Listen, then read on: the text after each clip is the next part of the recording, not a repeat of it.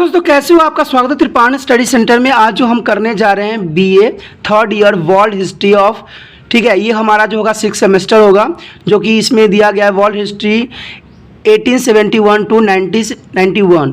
इसमें हम जो पढ़ेंगे वो पढ़ेंगे द ग्रेट डिप्रेशन ऑफ 1929, यानी महामंदी जो है 1929 से क्या प्रभाव पड़ा। तो इसमें हम क्वेश्चन करने से पहले एक बात जो मैं हमेशा कहता हूँ, जिसको आपको समझना भी चाहिए और मान भी लेना चाहिए, कि जब भी वीडियो देखिए पूरा देखिए, क्योंकि अधूरा जानकारी सदैव खतरनाक होता है।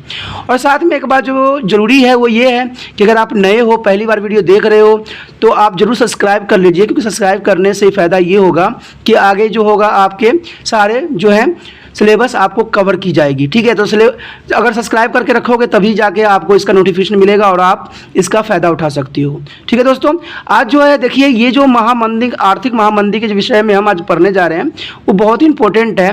कारण क्या है कि इसके रिगार्डिंग क्वेश्चन पंजाब यूनिवर्सिटी जरूर बनाता है और ये उसका फेवरेट भी रहा है। ठीक है, इसमें क्वेश्चन कुछ भी हो सकता है। ये भी हो सकता है 1929 की महामंदी के मुख्य प्रभाव क्या थे, what were main effect of the great depression of 1929, या क्वेश्चन ये भी हो सकते हैं give the cause of the great depression 1929, यानी 1929 की महामंदी के कारण बता सकते हैं। कुछ भी हो सकता है दोस्तों क्वेश्चन। ठीक है, 1929 की महामंदी के क्या कारण थे ये भी पूछा जा सकता है। What were the cause of the great depression of 1929। अगर आपको वहाँ पर क्वेश्चन पूछा जाता है महामंदी के बारे में, तो ये जो मैं कराने जा रहा हूँ क्वेश्चन, तो वही आपने लिखना है और वही करनी है। अगर द ग्रेट डिप्रेशन के बारे में आ जाता है 1929, तो आपको यही क्वेश्चन करना है, चाहे जैसे मर्जी क्वेश्चन घुमा के आ जाए, आपको कन्फ्यूजन नहीं होना है। ठीक है, तो क्वेश्चन जितना मर्जी घुमा दे एग्जामिनर, आपको सिर्फ समझ के रखना है कि हमें क्या करना है। हमें सिर्फ जो है आर्थिक महामंदी को समझना है, यानी जो है हमारा जो रह जाएगा इकोनॉमिक डिप्रेशन। ठीक है, तो इस बात के लिए आपको ध्यान देना है। The great depression of 1929 he question, अगर महामंदी लिखा हुआ होता है क्वेश्चन में, तो आंख बंद करके ये क्वेश्चन आप कर सकते हो। तो चलिए देखते हैं कि आखिरकार जो महामंदी होती क्या है और क्या प्रभाव पड़ता है, क्यों प्रभाव पड़ता है महामंदी होने की। तो इसका यही कारण है कि 1929 ईस्वी से 1933 ईस्वी के समय के दौरान संपूर्ण विश्व को भयंकर आर्थिक संकट का सामना करना पड़ा। इसे इतिहास में विश्वव्यापी महामंदी के नाम से भी जाना जाता है। इस महामंदी के कारण मुद्राओं में कमी आ गई, यानी पैसों में जो थी कमी आ गई, वस्तुओं की कीमतें बहुत तीव्रता से नीचे गिरने लगी।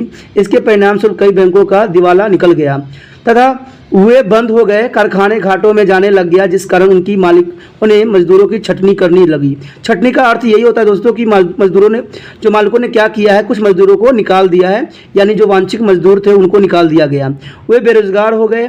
बाजारों में वस्तुओं के विशाल भंडार थे, परंतु उन्हें खरीदने वाला कोई भी व्यक्ति नहीं था। सामान उपलब्ध थे, लेकिन खरीदने वाला वहाँ व्यक्ति कोई नहीं था, क्योंकि उनके पास पैसे ही नहीं था। इसका अभिप्राय यह नहीं है कि अब लोगों को माल की आवश्यकता नहीं रही थी, उन्हें माल की आवश्यकता तो थी, परंतु उनकी जेब खरीदने के लिए पैसा ही नहीं था। ठीक है, पैसा की भी महामंदी चल गई तो पैसे भी कम गए। ठीक है, इससे अंतर्राष्ट्रीय व्यापार को गहरा धक्का लगा और यह महामंदी संसार के इतिहास में अद्भुत थी। ठीक है, इस कारण लोगों को अत्यंत भव्य आर्थिक कठिनाइयों का सामना करना पड़ा और जनजीवन जो थी अस्त व्यस्त हो गई, और ये प्रभाव जो था बहुत ही काफ़ी लोगों पर प्रभाव पड़ा। ठीक है, इसमें जो सबसे बड़ी पहली बात आती है वो ये आती है कि आर्थिक मंदी के क्या कारण थे। अब देखिए, इतना बड़ा भयंकर मंदी जो पड़ी, तो जो मंदी पड़ी है उसका कोई ना कोई कारण तो रहा होगा ना। तो हम सबसे पहले टॉपिक में यही पढ़ेंगे, क्योंकि यह महामंदी विश्व को हिला के रख दिया। तो इसके लिए जो है पंजाब यूनिवर्सिटी जरूर इसका क्वेश्चन कोई ना कोई रूप में बनाएगा, तो ये आप तैयार रहिएगा इस क्वेश्चन के करने के लिए। ठीक है, तो इसमें सबसे अच्छा है कि आर्थिक मंदी के कारण, यानी इकोनॉमिक डिप्रेशन क्या थी। तो पहला तो यही थी कि प्रथम विश्व युद्ध। देखिए, आपको पता होना चाहिए कि प्रथम विश्व युद्ध कब से कब लड़ी गई थी। ये 14 से स्टार्ट हुआ था, 18 में ख़त्म हुआ था, लेकिन ये युद्ध काफ़ी समय हो गया था और ये 1929 में जो है महामंदी पड़ी। तो आखिर इसका कारण क्या था।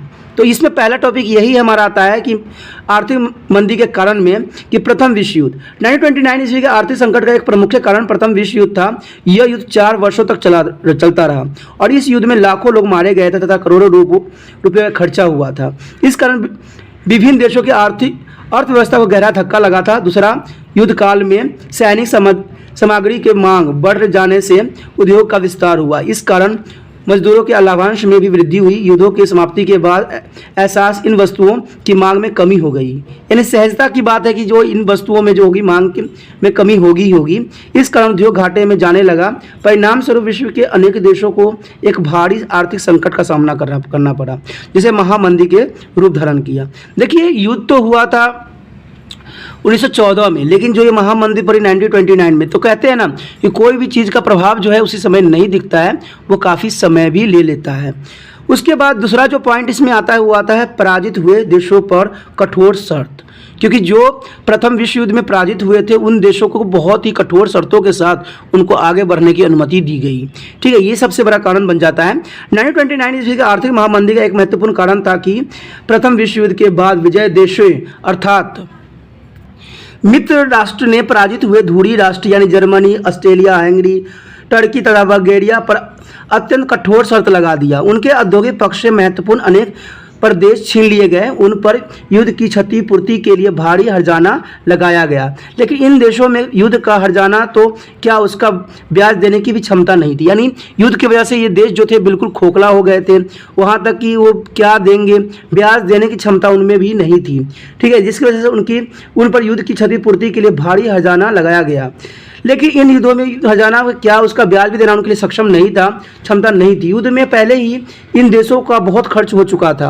अंततः उन पर लगाई गई कठोर शर्तों के कारण उनका आर्थिक ढांचा और भी चरमरा गया है, यानी और भी बर्बाद हो गया।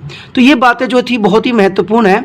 क्योंकि इसके वजह से जो है जो मित्र राष्ट्र थे, जर्मनी हो, ऑस्ट्रेलिया हो, हंगरी हो, टर्की हो या बल्गारिया हो, सब के सब जो देश थे बिल्कुल ही उनकी अर्थव्यवस्था चरमरा गई और जिसकी वजह से जो था आर्थिक संकट आना एक स्वाभाविक बात हो गई। तो आर्थिक महामंदी ने इनकी कमर और भी तोड़ दिया। उसके बाद था युद्ध की समस्याएं, यानी युद्ध ऋण की समस्या, प्रॉब्लम ऑफ वार डेब्ट। देखिए, युद्ध ऋण की समस्याएं क्या थी। प्रथम विश्व युद्ध के दौरान धुरी राष्ट्रों को पराजित करने के उद्देश्य से मित्र राष्ट्रों ने, विशेष इंग्लैंड, फ्रांस, इटली आदि ने संयुक्त राज्य अमेरिका से भारी कर्ज लिए थे। बहुत ही पैसे जो थे अमेरिका से लिया था। युद्ध की समाप्ति के बाद इन कर्जों को आपस लौटाने की समस्या खड़ी हो गई। इसका कारण यह था कि युद्ध के बाद इन देशों की आर्थिक स्थिति अत्यंत दयनीय हो गई थी। अंत में यह निर्णय लिया गया कि मित्र राष्ट्र जर्मनी तथा उसके सहयोगी देशों को से समाप्त युद्ध हर्जानों को राशि की संयुक्त राज्य अमेरिका को उसका कर्जा वापस करेंगे। लेकिन जर्मनी तथा उसकी सहयोगी देश उन पर लगाए गए भारी हर्जानों को देने में असमर्थ थे। परिणाम स्वरूप मित्र राष्ट्र संयुक्त राज्य अमेरिका को उससे लिए गए कर्जों की अदायगी न कर सके। इन्हें अंतर्राष्ट्रीय अर्थव्यवस्था पर प्रतिकूल प्रभाव पड़ा। आपको पता है कि तभी जाके जो था अमेरिका काफ़ी पावरफुल कंट्री बनी, क्योंकि जब प्रथम विश्व युद्ध हुआ था तो इसने सभी देशों को कर्ज दिया था और सभी देशों को जो है हथियार प्रोवाइड्स किया था, जिसकी वजह से क्या हुआ, अमेरिका की दबदबा सभी देशों पर बढ़ गया। जब शीत युद्ध हुई तो अमेरिका का जो प्रभाव था हर एक देश पे था, जिसकी वजह से वो पावरफुल बन गई। उसके पश्चात क्या हुआ, उद्योग का मशीनीकरण यानी मैकेनिज्म ऑफ इंडस्ट्री। सारे उद्योग जो थे उसको क्या कर दिया गया, इंडस्ट्रियल मैकेनाइजेशन कर दिया गया, यानी मशीनीकरण कर दिया, मशीनों को व्यवस्थित कर दिया गया, जिससे बहुत से जो रोजगार थे बेरोजगार में कन्वर्ट हो गए, बहुत से जो मजदूर को छटनी करनी पड़ गई। उद्योग के मशीनीकरण के कारण आर्थिक संकट अधिक गंभीर हो गया था। युद्ध काल में श्रमिकों की कमी के कारण उद्योगपतियों ने अधिक से अधिक मशीनों लगा ली। क्योंकि युद्ध हो रहा था, युद्ध में सारे व्यक्तियों को जाना अनिवार्य कर दिया गया था, तो श्रमिक भी कम गया था। और जो उद्योगपति थे उन्होंने जो श्रमिक छोड़ के चले गए थे उनके जगह पर उन्होंने मशीन स्वचालित कर ली थी। इन मशीनों के कारण एक तो माल का उत्पादन पहले ही अपेक्षा अधिक तेजी से होने लगा, दूसरा अब श्रमिक बहुत ही कम जरूरत रह गई, यानी श्रमिकों की जरूरत ही खत्म हो गई।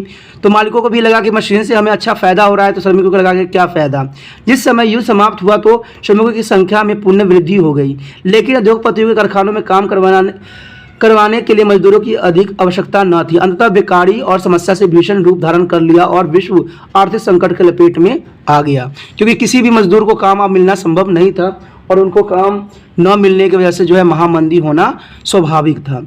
क्योंकि ये युद्ध जो थी 14 में लड़ी गई थी, प्रथम विश्व युद्ध, और इसका प्रभाव जो पड़ा 29 में, क्योंकि प्रभाव उसी समय देखने को नहीं मिलता है किसी भी युद्ध का। हम तो युद्ध कर लेते हैं, लेकिन युद्ध का जो परिणाम होता है वो आने वाले समय में दिखता है। उसके बाद सोने का असमान विभाजन। देखिए, unequal to distribution of the gold. विश्व के विभिन्न देशों में सोने का असमान वितरण भी आर्थिक मंदी का एक महत्वपूर्ण कारण था। युद्ध के समय बहुत से राष्ट्रों ने स्वर्ण का परित्याग कर दिया था, यानी स्वाभिमान का परित्याग कर दिया था, परंतु युद्ध के बाद अनेक राष्ट्र ने इसे पुनः अपना लिया था। स्वाभिमान को सुचारू रूप से संचालित करने के लिए संबंधित राष्ट्र के पास पर्याप्त मात्रा में स्वर्ण भंडार होना आवश्यक था, परंतु उस समय विश्व का लगभग 60% सेना जो सोना अमेरिका के पास था, सोना है, सेना नहीं, सोना जो था 60% अमेरिका के पास था तथा फ्रांस के हाथों में इकट्ठा हो गया था, यानी फ्रांस के हाथ में इकट्ठा हो गया था। इन देशों ने क्षतिपूर्ति की राशि का अधिकांश भाग सोने के रूप में प्राप्त कर लिया था। अन्य राष्ट्र के पास सोने की कमी हो गई, इससे विश्व के अनेक राष्ट्र में सोने का अभाव बढ़ गया, यानी सोने का जो भाव था बढ़ना। देखिए हमारा जो है अर्थव्यवस्था में सोने का जो है बहुत ही महत्वपूर्ण योगदान होता है, क्योंकि ये ऐसा एक मटेरियल है जिसका कीमत हर राष्ट्र के पास अलग होती है और अस्वाभाविक होती है। इसलिए जो था सोने का भाव बढ़ जाने की वजह से क्या हुआ, वस्तु की कीमतें गिर गई। इसका आंतरिक व्यापार पर बड़ा विनाशकारी प्रभाव पड़ा, जिसकी वजह से जो व्यापार था बिल्कुल ही नष्ट और तहस हो गई, नष्ट हो गई बिल्कुल ही। उसके पश्चात क्या हुआ, अधिक उत्पादन, एक्सक्लूसिव प्रोडक्शन। युद्ध काल में मांग अधिक होने के कारण उद्योग का उत्पादन बहुत बढ़ गया, क्योंकि सभी जो कारखाने मालिक थे उन्होंने क्या किया, मशीनों का उपयोग करना स्टार्ट कर दिया, जिससे उनका माल जो था धड़ाधड़ बढ़ने लग गया। उत्पादित वस्तुओं की कीमतों में बढ़ोतरी के कारण उद्योगपतियों को बहुत मुनाफा मिल रहा था। युद्ध की समाप्ति के बाद भी वस्तुओं का उत्पादन उसी रफ्तार से जारी रहा जिस रफ्तार से युद्ध के समय हुआ था।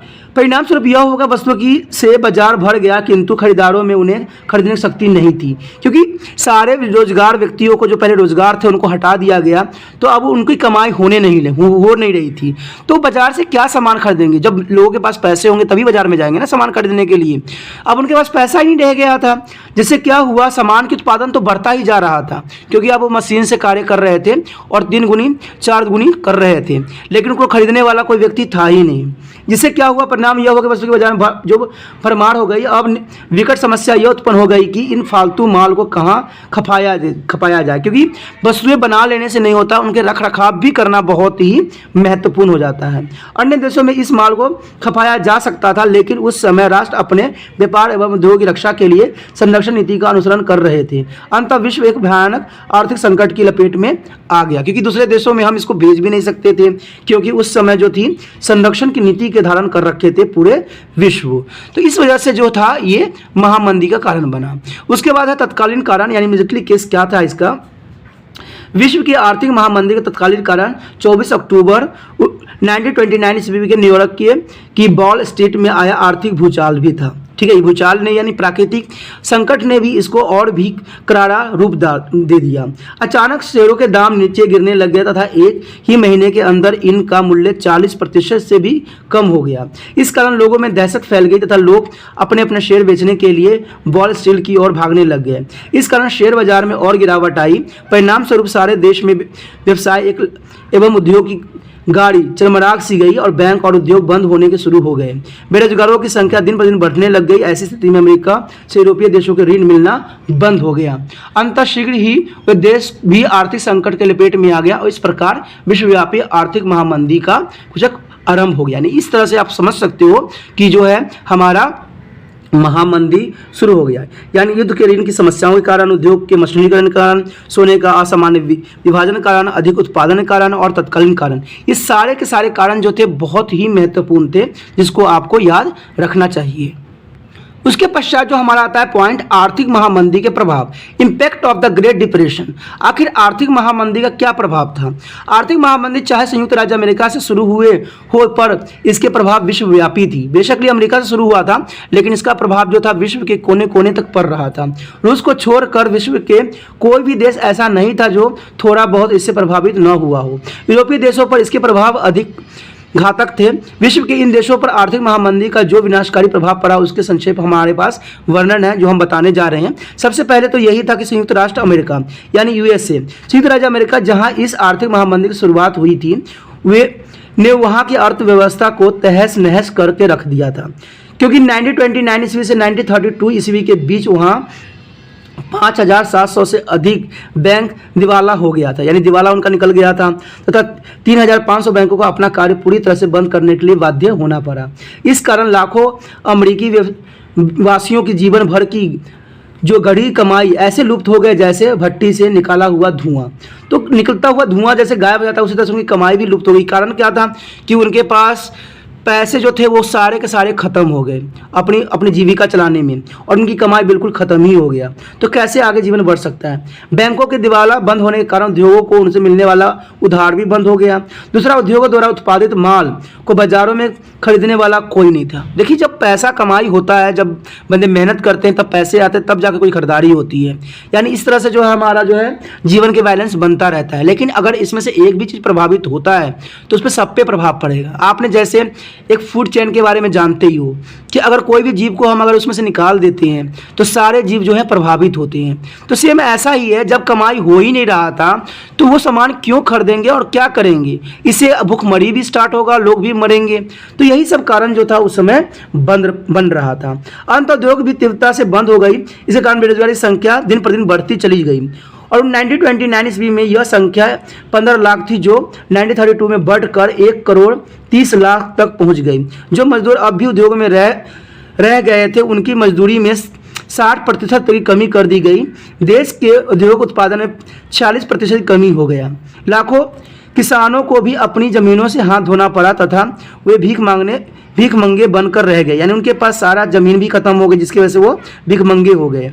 इन आर्थिक संकट से देश को उभारने में असफल रहने के कारण अमेरिका के राष्ट्रपति हर्बर्ट हूवर को 1932 ईस्वी में अमेरिका चुनाव में पराजय का सामना भी करना पड़ा, क्योंकि इतना बड़ा महामंदी एक आम बात नहीं थी। इसमें गोलकर ने कहा था, डॉक्टर SP जोशी और गोलकर के अपने विचारधारा थे। उन्होंने ये बात बोला था कि तत्कालीन तौर पर महामंदी की अवधि 3 वर्ष थी, परंतु इसके जो प्रभाव पड़े उन यादों को अमेरिका मनों से कभी नहीं मिटाया जा सकता। यानी अमेरिका के मनों से कभी मिटाया नहीं जा सकता। इसको जो उन्होंने कहा था कि तत्कालीन महामंदी का अवधि 3 वर्ष होना चाहिए, लेकिन इसका प्रभाव कई वर्षों तक देखने को मिला। यानी अमेरिका के जो माइंड से इसको जो इरेजर करना, it is a very difficult task. ठीक है, इन्होंने बोला था। ये अमेरिका के हमारे जो थे डॉक्टर PS जोशी ने बोला था और गोलकर के ने इस विचारधारा को रखा था। उसके पश्चात इसका जो प्रभाव था, इसको जो हम प्रभाव देखने को मिला जर्मनी पे। आर्थिक महामंदी का जर्मनी पर गहरा प्रभाव पड़ा। जर्मनी की अर्थव्यवस्था जो विदेशी कर्जों के कारण पहले ही डगमगा हुई थी, उसे इस महामंदी के कारण गहरा घात लगा। उसके बहुत से बैंक बंद हो गए। कई उद्योगों को अपने द्वार पर ताला लगाने के लिए बाध्य होना पड़ा। उसका व्यापार जो था लगभग ठप सी हो गई। परिणाम स्वरूप बेरोजगारी ने भी अपना विकराल रूप धारण कर लिया और 1932 ईस्वी तक जर्मनी में 60 लाख बेरोजगार हो गए। कृषि उत्पादन कीमतों में तेजी से गिरावट आने के कारण कृषक भी इसे बुरी तरह से प्रभावित हुए और 1929 ईस्वी में 1933 ईस्वी के समय दौरान जर्मनी की लगभग 50% जनसंख्या दरिद्र हो गई। यानी उनके पास कुछ भी जीवन व्यतीत करने के लिए नहीं रहा।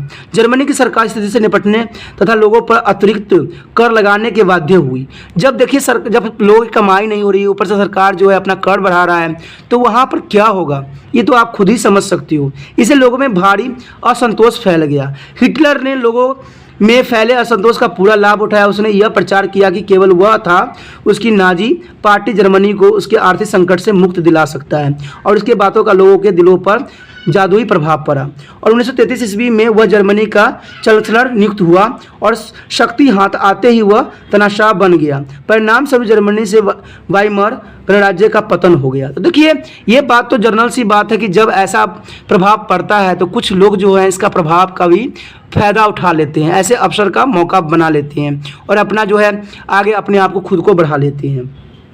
आगे जो था इसका सबसे अधिक प्रभाव जो था ब्रिटेन पे पड़ा। ब्रिटेन आर्थिक महामंदी के कारण ब्रिटेन में भी गंभीर परिणाम निकलने लगे, जिसका विदेशी व्यापार लगभग ठप होकर रह गया। ब्रिटिश उद्योगों को भारी धक्का लगा, जिस कारण लाखों लोग बेरोजगार हो गए। वहाँ आर्थिक संकट के दौरान बेरोजगारों की संख्या लगभग 30 लाख थी। औद्योगिक उत्पादन 15% गिर गया और देश के आर्थिक संकट को हल करने के लिए वहाँ की लेबर सरकार ने सरकारी कर्मचारियों के वेतन तथा उनके पेंशनों में कटौती करने तथा बेरोजगारी भत्ते की दर में कमी करने का प्रस्ताव पेश किया। संसद के कुछ सदस्यों ने इस प्रस्ताव का विरोध किया। परिणाम से लेबर सरकार ने इस्तीफा दे दिया। क्यों? क्योंकि लेबर सरकार से ये चीज़ को कंट्रोल नहीं हुआ और उसको जो है इस्तीफा देने के लिए बाध्य होना पड़ा, जो कि बहुत ही गहरा इस धक्का था। उसके बाद इसका प्रभाव फ्रांस पे भी पड़ा। फ्रांस आर्थिक महामंदी का फ्रांस पर तत्कालीन कोई खास प्रभाव नहीं पड़ा, परंतु 1930 ईस्वी से इसके प्रभाव दृष्टिगोचर होने आरंभ हो गए, यानी 1930 में इसका प्रभाव पड़ने लग गया। 1932 से 33 ईस्वी में 10 लाख से अधिक लोग बेरोजगार हो गए थे। इसकी विदेशी व्यापार में 60% कमी हो गई, क्योंकि ये पहले विदेश से व्यापार करता था, वहाँ पर महामंदी थी और महामंदी की वजह से जो उनके सामान जा रहे थे वो वहाँ पर लेना बंद कर दिए, खरीदना बंद कर दिए, जिसकी वजह से महामंदी और भी फ्रांस के लिए भयंकर बनती चली गई। कृषि उत्पादन 40% गिर गया और इसकी वजह से क्या हुआ, इस आर्थिक संकट के कारण देश में राजनीतिक स्थिरता को आघात लगा और कई सरकार का उत्थान पतन हो गया, यानी वहाँ पर जो है कई सरकार की उदय भी हुई और कई सरकार जो क्या पतन भी हो गया। जिन्होंने अवसर का फ़ायदा उठाया वो आगे बढ़ गए, जिन्होंने अपना अवसर खो दिया वो गिर गए। उसके बाद बेल्जियम पर भी इसका प्रभाव पड़ा। जो बेल्जियम था उस पर 1929 ईस्वी को आर्थिक संकट का बेल्जियम पर भी गहरा प्रभाव पड़ा। उसका विदेशी उत्पादन एक वर्ष में गिरकर 50% रह गया।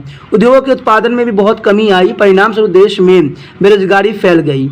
इस कारण लोगों में असंतोष फैला। सरकार ने इस आर्थिक संकट को दूर करने के लिए एक योजना बनाई, परंतु उसमें उसे सफलता न मिली और इस तरह से जो था ये बिल्कुल तहस नहस हो गया। उसके बाद ये जापान पे क्या प्रभाव पड़ा? जापान पे भी इसका बुरा प्रभाव पड़ा। जापान एशिया का एक शक्तिशाली देश था। विश्वव्यापी मंदी का उस पर भी घातक प्रभाव पड़ा। 1931 तक उसका औद्योगिक उत्पादन गिरकर 50% रह गया और उस समय देश में बेरोजगारों की संख्या 30 लाख थी। समझते हो बच्चों, 30 लाख थी। मजदूरों को दी जाने वाली बेरोजगारी में लगभग 70% कटौती कर दी गई और इन कारणों से लोगों में भयानक आर्थिक संकट का सामना करना पड़ा। जापान की सरकार इस आर्थिक संकट को नियंत्रण में लाने में असफल रही। ठीक है, ऊपर लिखित विवरण से स्पष्ट हो जाता है, यानी हमने इसमें निष्कर्ष यही निकाल सकते हैं कि 1929 ईस्वी में आए विश्वव्यापी संकट ने अंतर्राष्ट्रीय राजनीतिक तथा अर्थव्यवस्था पर गहरा प्रभाव डाला और इस कारण धनी देशों के लोगों की भी भुखमरी और बेरोजगारी आदि अनेक कष्टों का सामना करना पड़ा, जिस कारण विश्व की समस्या और जटिल होती चली गई। क्योंकि कोई भी संकट जो होता है सिर्फ एक देश पे नहीं पड़ता, प्रत्येक देश पे पड़ता है। इवन भारत पे भी इसका प्रभाव बहुत ही गहरा देखने को मिला। ठीक है, तो ये जो प्रभाव थी हर एक देश के लिए आर्थिक संकट का कारण और विषय बना। उसके पश्चात क्या हुआ? आर्थिक संकट को दूर करने का प्रयास। बहुत से देशों ने इसको आर्थिक संकट को दूर करने के लिए अपना बहुत ही महत्वपूर्ण योगदान दिया। आर्थिक संकट यूरोप के सभी देशों के लिए चिंता का विषय बन गया था। यूरोप के कई नेता इस विषय पर विचार करने के लिए तैयार थे कि विभिन्न राष्ट्र किस प्रकार आपसी सहयोग द्वारा आर्थिक संकट को दूर कर सके, क्योंकि सभी का प्रयास से आर्थिक संकट दूर हो सकता था, इसलिए इसको आगे बढ़ाया गया। इसमें सबसे पहले यही था ब्रिया का प्रस्ताव, यानी ब्रियन जो था उसका क्या प्रस्ताव था। 1929 ईस्वी में फ्रांस के श्री ब्रिया ने घोषणा की कि अब वह समय आ गया है जब यूरोप के सभी राष्ट्रों को मिलकर अपना एक संघ बना लेना चाहिए। यह संघ न केवल राजनीतिक गतिविधियों को नियंत्रण करेगा अतुल विभिन्न राज्यों में सहयोग भी स्थापित करेगा। संघ बनाने का कार्य राष्ट्रीय संघ की एक उप समिति को सौंपा गया, परंतु इसका कोई परिणाम निकला ही नहीं। निकलेगा तब जब इसमें कोई निकलने का चारा हो। ठीक है, उसके पश्चात जर्मनी की योजना। जर्मनी भी बहुत तरह की योजनाएं बनाई इसके रिगार्डिंग। श्री वीजा के सुझाव के प्रेरित होकर जर्मनी ने ऑस्ट्रेलिया के साथ मिलकर एक आर्थिक संकट की योजना बनाई ताकि दोनों राज्य एक सामान्य आर्थिक नीति की अनुसरण कर सकें। वे आपस में व्यापार की रियायती आयात कर नीति को अपनाएं और अन्य देशों को भी इस संघ में सम्मिलित होने के लिए निमंत्रित करें। चेकोस्लोवाकिया की चाहता था कि वह ऑस्ट्रो जर्मन संघ में शामिल हो जाए, क्योंकि उसका अधिकतर व्यापार इन्हीं देशों के साथ होता था। चेकोस्लोवाकिया इसी प्रकार के डेनिश के तटवर्ती अन्य राज्यों को भी जर्मनी और ऑस्ट्रेलिया के साथ गहरा संबंध रखना चाहता था। अंततः वह भी इस संघ का सदस्य बनना अपने लिए हितकारी समझते थे, परंतु फ्रांस ने इस योजना को घोर विरोध किया। उसका विचार था कि जर्मनी इस संघ का निर्माण करके अपने राजनीतिक उत्कर्षण के लिए मैदान तैयार कर रहा है, इसलिए उसे जर्मन और आर्थिक संघ के विचार को सफलता न होने दिया गया। ठीक है, उसके बाद जो हमारा इसमें अमेरिकी राष्ट्रपति हूवर का प्रस्ताव, यानी जो हमारा पर्पस था America is the president of Hoover, उसने भी 1931 ईस्वी में हूवर ने आर्थिक संकट को समाधान के लिए अपना प्रस्ताव पेश किया, जो इतिहास में हूवर विलंबन यानी काल यानी हूवर मोमेंटेनियम्स के नाम से विख्यात है। इसके अनुसार 1 जुलाई 1931 से 30 तक जून 1932 तक अंतर्राष्ट्रीय भुगतान की सभी किस्तों को स्थापित कर दिया गया। एक वर्ष तक जर्मनी से क्षतिपूर्ति की वार्षिक किस्त वसूल न की जाए। जर्मनी से यंग योजना के अनुसार क्षतिपूर्ति की आर्थिक किस्त को भी अंश अनिवार्य रूप से देना है, वह भी जर्मनी में भी बैंक ऑफ इंटरनेशनल सेटलमेंट में लगा दिया जाए, परंतु जर्मन सरकार इस धन का प्रयोग अपने आर्थिक उद्देश्य के पूर्ति के लिए करे, लेकिन सैनिक कार्य के लिए नहीं। यानी उन्होंने सिर्फ कहा कि आर्थिक पूर्ति के लिए किया जाना चाहिए, ठीक है, और सैनिक कार्य के लिए ऐसा पैसों का प्रयोग नहीं होना चाहिए। हूवर ने एक और योजना, कुछ सीमा तक एक अच्छी योजना थी, इस सीमा जो थी यानी योजनाएं बनाई गई थी वो कुछ हद तक सही भी थी, और इसके द्वारा कुछ समय के लिए आर्थिक संकट को टाला जा सका था, परंतु इससे समस्या का स्थायी समाधान नहीं हो पाया। अंतर्राष्ट्रीय संघ द्वारा यह निर्णय लिया गया कि विश्व के सभी राज्यों को सम्मेलन लंदन में बुलाया जाए, और जहां सभी मिलकर आपसी विचार विमर्श द्वारा आर्थिक संकट के दूर करने का उपाय खोज सके, और तब जाके इसको उपाय खोजने के लिए सभी देश है उनको बुलाया गया, और उनको राज्यों को बुला के फिर उनके सम्मेलन करवाया गया। उसके पश्चात लंदन कॉन्फ्रेंस भी करवाई गई। लंदन कॉन्फ्रेंस में क्या था, इसे पूर्व निर्णय के अनुसार 1933 ईस्वी में लंदन में विश्व सम्मेलन बुलाया गया है। इसमें 64 राज्यों के प्रतिनिधि ने भाग लिया। 64 राज्यों के प्रतिनिधि ने भाग लिया। उसके सामने राष्ट्र संघ द्वारा तैयार की गई जो था विश्व आर्थिक संकट की रिपोर्ट प्रस्तुत की गई। इस रिपोर्ट की मुख्य बातें थी कि संसार के विभिन्न राज्यों में लगभग 3 करोड़ लोग बेकार हैं। विश्व जो बाजार में कच्चे माल का मूल्य 50 से 60% तक गिरा दिया गया। विभिन्न राज्यों की जो मुद्रा पद्धति के अस्त व्यस्त हो जाने तथा उनके द्वारा संरक्षण कर नीति का अनुसरण करने में विदेशी व्यापारों में भारी कमी आने लगी। तैयार माल की कीमतें कम हो जाने के कारण उत्पादकों की भारी हानि उठानी पड़ी, जिसका राष्ट्रीय आय पर बहुत बुरा प्रभाव पड़ा। विश्व के अधिकांश राष्ट्र ने अपनी मुद्रा पद्धति को सोने से संबंधित विच्छेद कर दिया ताकि वह मुद्रा प्रसार द्वारा अपने व्यय को पूरी कर सके। अंतर्राष्ट्रीय भुगतान से विभिन्न राज्य अत्यधिक परेशान होने लगी, यानी इससे काफ़ी परेशानी का सामना करना पड़ा। इस समस्याओं में इन्हीं समस्याओं का विचार विमर्श किया गया। इस बात पर विचार किया गया कि समस्याओं का आर्थिक सहयोग द्वारा किस प्रकार सुलझाया जा सके। इस संबंध में सुझाव पेश किया गया कि विश्व व्यापार के क्षेत्र में संरक्षण नीतियों के समाप्त करके संयोग की नीति को अपनाया जाए ताकि देश अपने माल की खपत आसानी से कर सके। अगर मान लीजिए किसी देश के साथ हम व्यापार करते हैं और होने लग जाता है तो आधे से सामान अधिक जो है वहाँ पर खपत हो जाएगी, ठीक है। तो ये नीतियाँ जो थी इनके लिए बहुत ही सर्वव्यापी थी।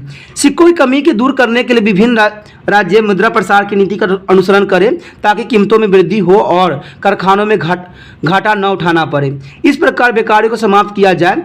सम्मेलन में इन बातों पर लंबी बहस हुई परंतु कोई परिणाम नहीं निकला। अंततः सम्मेलन जो थी भंग कर देना पड़ा, क्योंकि ऐसे बातों का सम्मेलन में कोई प्रभाव नहीं पड़ा, क्योंकि इससे किसी भी आम बंदों के लिए कोई भी उपाय नहीं निकाला गया। ये तो सिर्फ उनके लिए निकाला गया जो व्यापारी वर्ग के थे, और व्यापारी की जो वर्ग थे उनको प्रोत्साहन करने के लिए ऐसी सम्मेलन करवाया गया। लेकिन बाद में जो था आर्थिक संकट की समाप्ति के लक्षण भी कुछ दिखे। तो किस वजह से दिखे? धीरे धीरे विश्व में आर्थिक संकट की समाप्ति के लक्षण प्रकट होने लगे। यह सब विभिन्न राष्ट्रों द्वारा अपनाई गई कुछ विशेष नीतियों के परिणाम था, यानी सभी राष्ट्रों ने प्रयास किया और इसके परिणाम स्वरूप क्या हुआ, एक परिणाम निकला। जर्मनी नाजी सरकार की स्थापना के बाद हिटलर ने स्पष्ट घोषणा कर दी थी कि उसे हर्जानों को कोई रकम नहीं देनी है। अनेकों देशों ने मुद्रा प्रसार की नीति अपनाई जिससे सिक्कों की कीमत कम हो गई और वस्तुओं के दाम बढ़ गए। माल की मांग फिर से बढ़ने लगी जिससे बंद कारखानों को चलाने की आवश्यकता अनुभव की गई।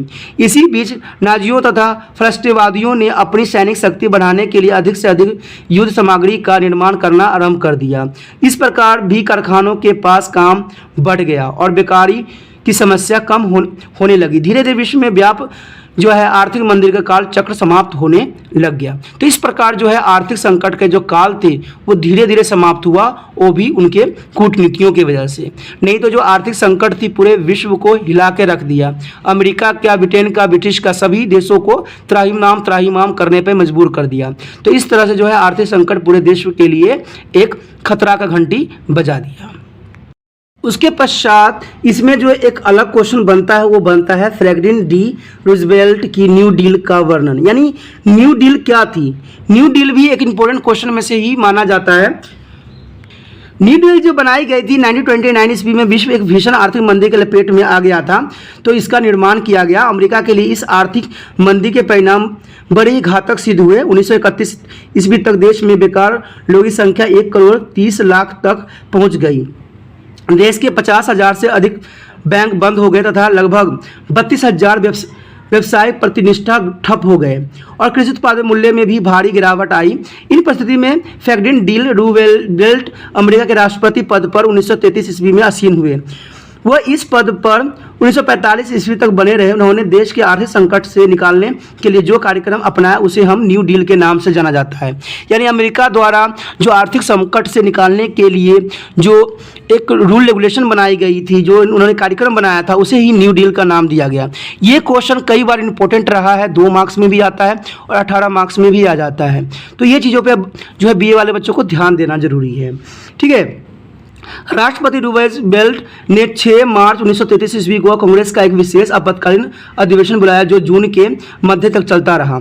6 मार्च को देश में आपातकालीन घोषणा कर दी गई। इसके अंतर्गत समस्त राष्ट्र में बैंक मोरेटोरियम घोषित किया गया और सोने के आने जाने पर रोक लगा दी गई। कांग्रेस के आपातकालीन अधिवेशन में वे सभी विधायक स्वीकार किए गए, यानी विधायकों को स्वीकार किए गए जो देश की वित्तीय और सामाजिक दशा को सुधारने के लिए अनिवार्य थे। इस प्रकार देश में न्यू डील कार्यक्रम का भी श्री गणेश हुआ और इस तरह से जो है जो न्यू डील कार्यक्रम बनाई गई थी उसका जो है शुभ आरंभ हुआ। अब न्यू डील के उद्देश्य क्या थे? न्यू डील जो बनाई गई उनका उद्देश्य क्या था? न्यू डील के उद्देश्य, सबसे पहले aim of the new deal के 3 मुख्य उद्देश्य थे: राहत, पुनरुत्थान तथा सुधार। तो ये बात पे आपने हमेशा ध्यान देना है कि न्यू डील का जो मेन एम था वो था राहत देना, लोगों को राहत देना, उनका पुण्य उत्थान करना और उनमें कुछ सुधार करना। राहत से अभिप्राय देश के भूखे तथा बेकारी लोगों की सहायता करने से था। पुण्योत्थान और सुधार कार्यक्रम का अर्थ था कि अमेरिकी समाज में प्रचलित सभी दोषों को समाप्त किया जाएगा ताकि देश के आगे बढ़ सके। न्यू डील के वे उद्देश्य राष्ट्रपति रूजवेल्ट के इस शब्द से स्पष्ट हो गया। हम अपनी आर्थिक प्रणाली में संतुलन चाहते हैं, अर्थात कृषि और उद्योग के बीच संतुलन तथा श्रमिक, उद्योगपति और उपभोक्ताओं के बीच संतुलन। हमारा यह भी उद्देश्य है कि हमारे आंतरिक जो बाजार है विश्व एवं समृद्ध बने तथा अन्य देशों के साथ हमारी व्यापारिक संबंध सुदृढ़ हो। तो इससे क्लियर हो जाता है कि वो जो है व्यापारी डील करना चाहते थे और व्यापारी डील तभी हो सकता था जब देश में आर्थिक मंदी जो है खत्म हो जाए। तो आर्थिक मंदी खत्म करने के लिए उन्होंने जो राहत, पुण्योत्थान और सुधार के लिए जो न्यू डील बनाई, तो इसका जो है बिल्कुल ही सही प्रभाव पड़ा। न्यू डील की प्रकृति कैसी थी, वो कैसी बनाई गई थी? न्यू डील का अर्थ था नई व्यवस्था, नया कार्यक्रम। ठीक है, नई व्यवस्था और नया कार्यक्रम इसका शाब्दिक अर्थ था।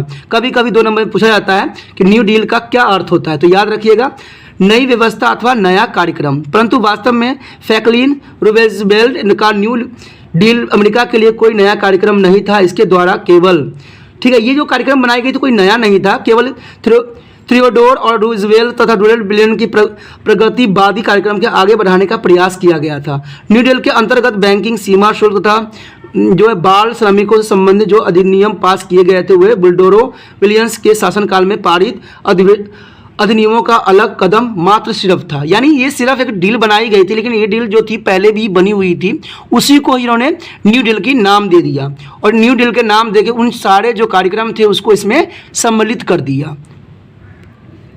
इसमें यही है कि न्यू डील के अंतर्गत अपनाई गई कुछ नीतियां जो थी क्या थी? पहले तो यही था कि न्यू डील कार्यक्रम के जो 3 मुख्य लक्ष्य थे उन पर एक सामान्य बल नहीं दिया गया।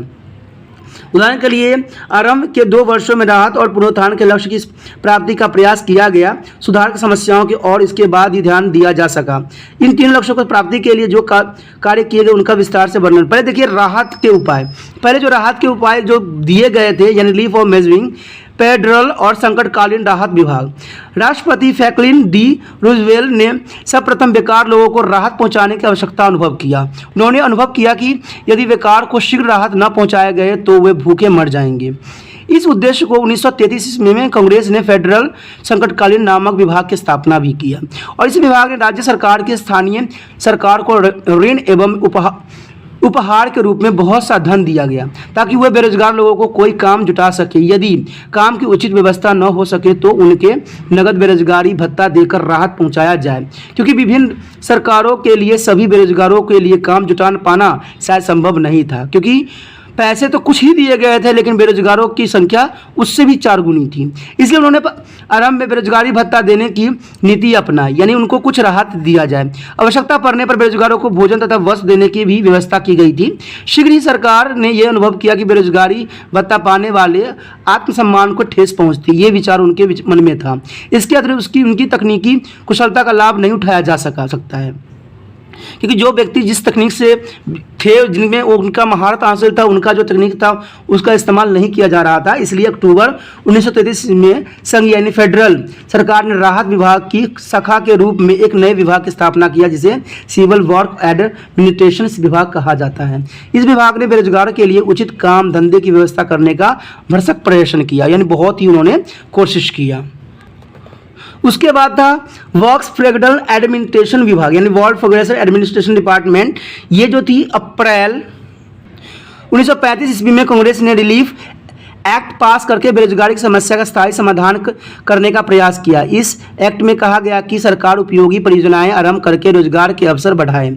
जुलाई 1935 ईस्वी में हॉपकिंस के अधीन वर्क्स प्रोग्राम्स एडमिनिस्ट्रेशन विभाग की स्थापना की गई। इस विभाग का उद्देश्य उन सभी लोगों के लिए काम की व्यवस्था करना था जो काम करने के योग्य थे।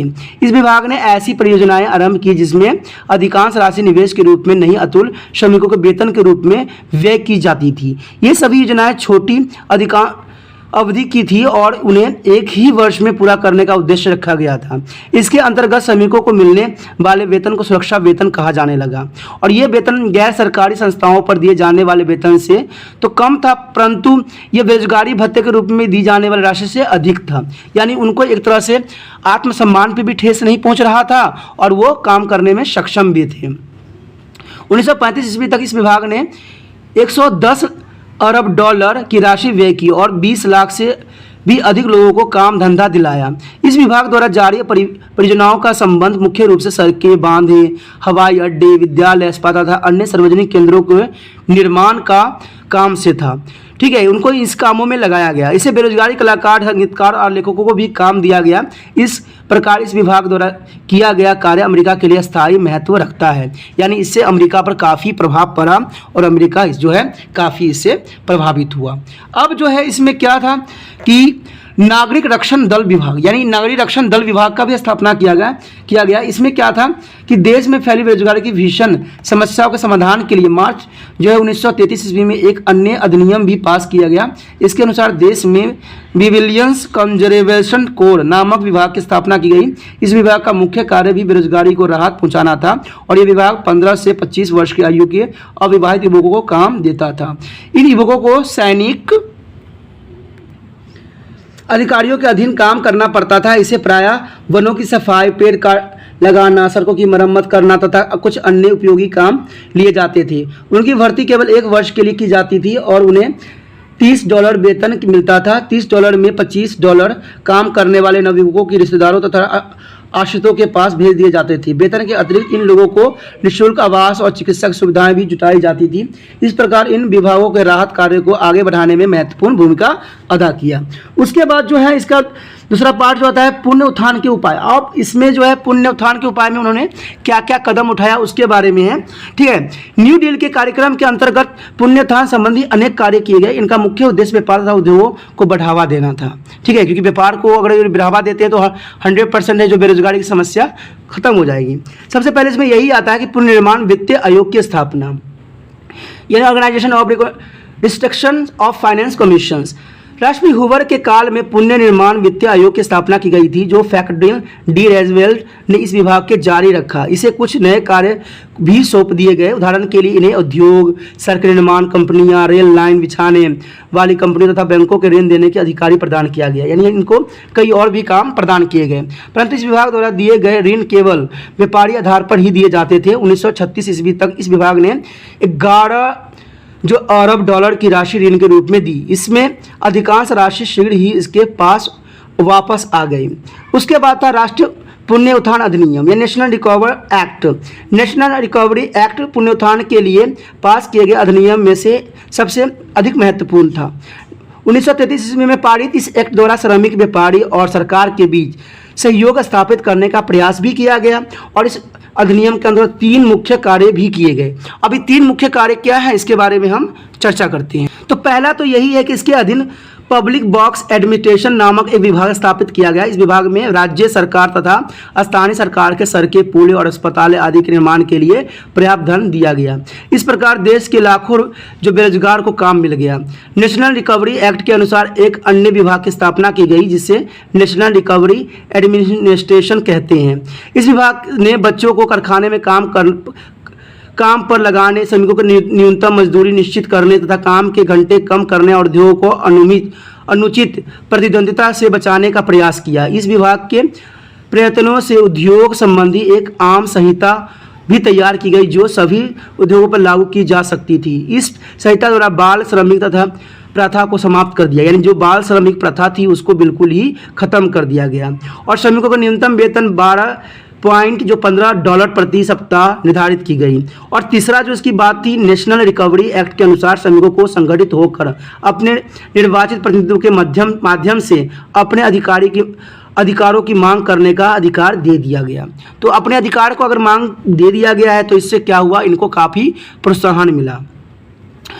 मजदूर उद्योगों को प्रोत्साहन। अब देखिए इससे क्या हुआ, encouragement of the trade union, यानी इसमें मजदूर जो संघ थे उनको काफ़ी उत्थान हुआ। नेशनल रिकवरी एक्ट द्वारा मजदूर संघों को इस अधिकार को स्वीकार कर लिया गया कि वे अपने स्वामित्व से अपने अधिकारों की मांग कर सकें। और परंतु सुप्रीम कोर्ट ने इस एक्ट को असंवैधानिक घोषित कर दिया। तब पश्चात 1935 ईस्वी में कांग्रेस ने बेगर एक्ट पास किया। इसके अनुसार उद्योगपति को इस बात के लिए बाध्य किया गया कि वे श्रमिक संघों को मान्यता प्रदान करे। इससे यह भी कहा गया कि श्रमिकों की न्यूनतम मजदूरी तथा काम के घंटे के विषय में होने वाले झगड़े को उद्योगपति तथा श्रमिक संघ आपसी बातचीत द्वारा सुलझाए। कोई भी उद्योगपति किसी श्रमिक को श्रमिक संघ का सदस्य बनाने से नहीं रोक सकता था। यदि वह ऐसा करता तो उसे दंड दिया जाता था। इस एक्ट के परिणाम स्वरूप अमेरिका में श्रमिक संघ की संख्या दिन प्रतिदिन बढ़ने लग गई। उसके पश्चात क्या हुआ, श्रमिक समायोजन प्रशासन यानी agriculture adjustment of administration. Roosevelt के राष्ट्रपति पद संभालते समय अमेरिका कृषि पर इतना गहरा संकट छाया हुआ था कि कृषक विद्रोही करने को तैयार थे, यानी जो कृषक थे वो विद्रोह करने को तैयार हो चुके थे, इतना उनकी बुरी हालत हो गई थी। कृषि तथा कृषकों के संकट से निकलने के लिए रूजवेल्ट ने 1935 ईस्वी में फ्रांस क्रेडिट एडमिनिस्ट्रेशन नामक विभाग की स्थापना किया। यह विभाग कृषकों की भूमि गिरवी रख कर उन्हें 4% ब्याज की दर पर ऋण देता था।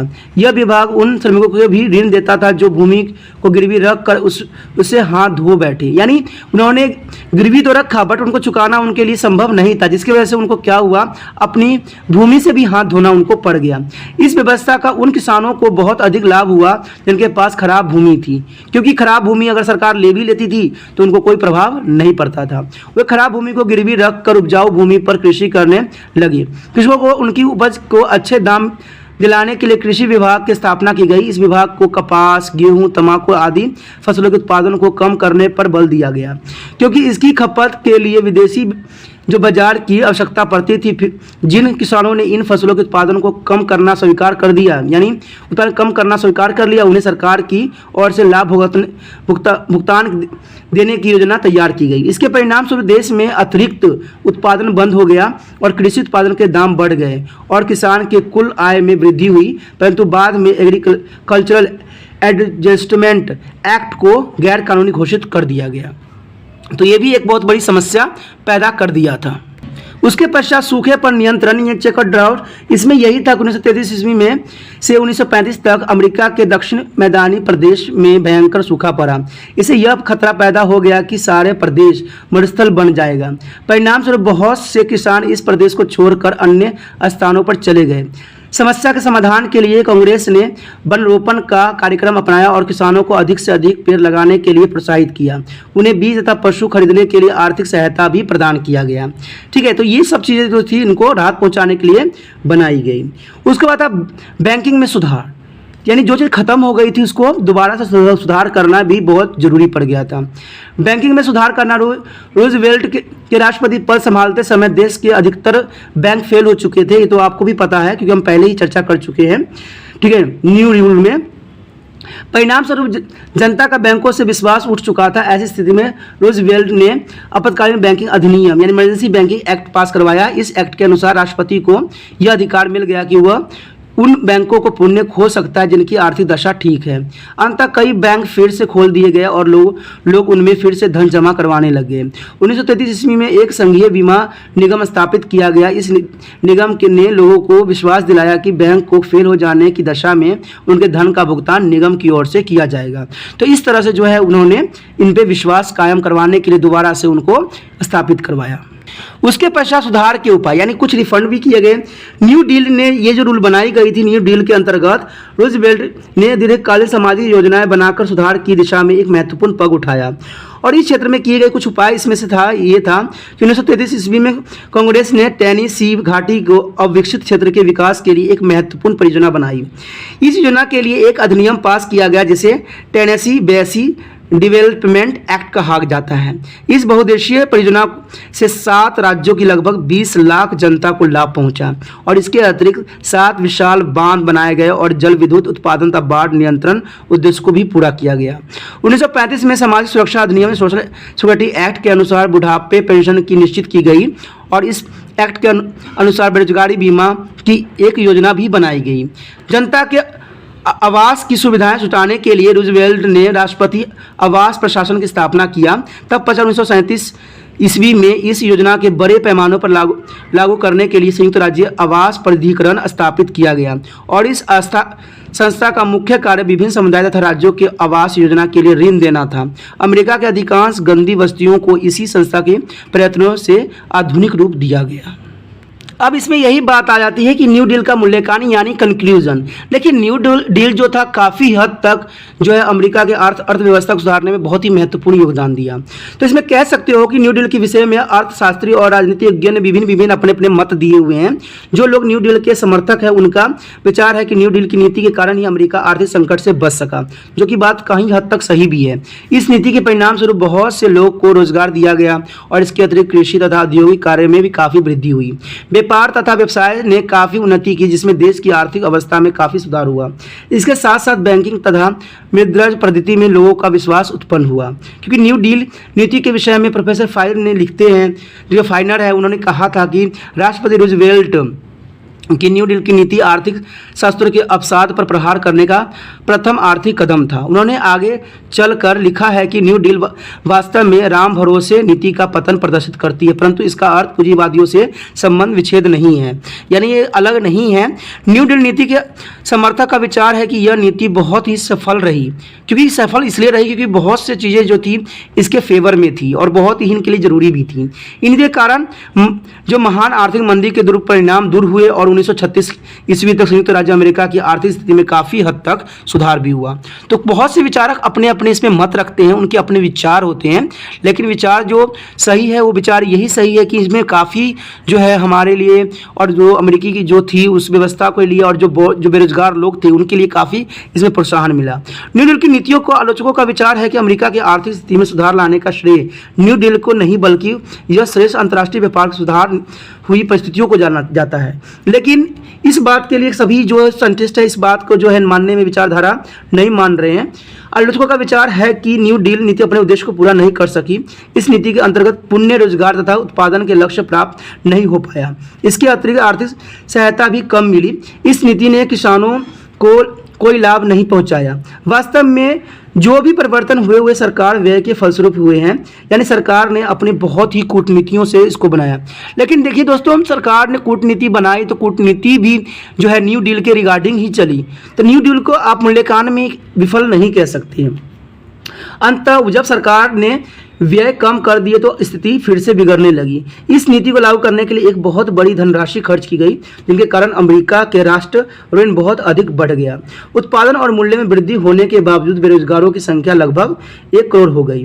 न्यू डील के विषय में आलोचक चाहे जो भी कहें, ये बात सबकी अपनी अपनी विचारधारा होती है, क्योंकि अपने विचारधारा का पेश करना सभी को अपना मत होती है इसमें देखिए। परंतु ये बात तो जाहिर होता है कि सबका अपना अपना जो में चाहे विचार हो, जैसे मर्जी सोच हो, परंतु इस बात से इनकार नहीं किया जा सकता है कि रूजवेल्ट की इस नीति ने आर्थिक मंदी के बुरे प्रभावों को काफ़ी हद तक दूर भी किया, और जो अमेरिकी जो मंदी से गुजर रही थी उसको, वहाँ जो डूबते हुए अमेरिका को उसको उबारने में बहुत ही महत्वपूर्ण योगदान दिया। इसके अतिरिक्त इन नीतियों ने अमेरिका की अर्थव्यवस्था में अनेक नए सुधार भी किया और उसके समावेश भी देखने को मिला। तो ये चीज़ें तो जो थी न्यू डील बहुत ही इंपॉर्टेंट थी, जो है पंजाब यूनिवर्सिटी की एग्जामिनेशन की व्यू से, जो कि बहुत महत्व रखता है। ओके दोस्तों, ये जो है चैप्टर यहीं पे ख़त्म हो रहा है। ओके, अगर आपको अच्छा लगा है तो लाइक ज़रूर कीजिए और सब्सक्राइब तो कर ही लीजिए, क्योंकि सब्सक्राइब नहीं कीजिएगा तो मेरा जो अगला वीडियो होगा इसके रिगार्डिंग वो आपको प्राप्त नहीं हो पाएगा। ये सब्सक्राइब कर लीजिए। ओके बच्चों, ओके दोस्तों, अपना ध्यान रखना। Okay bye.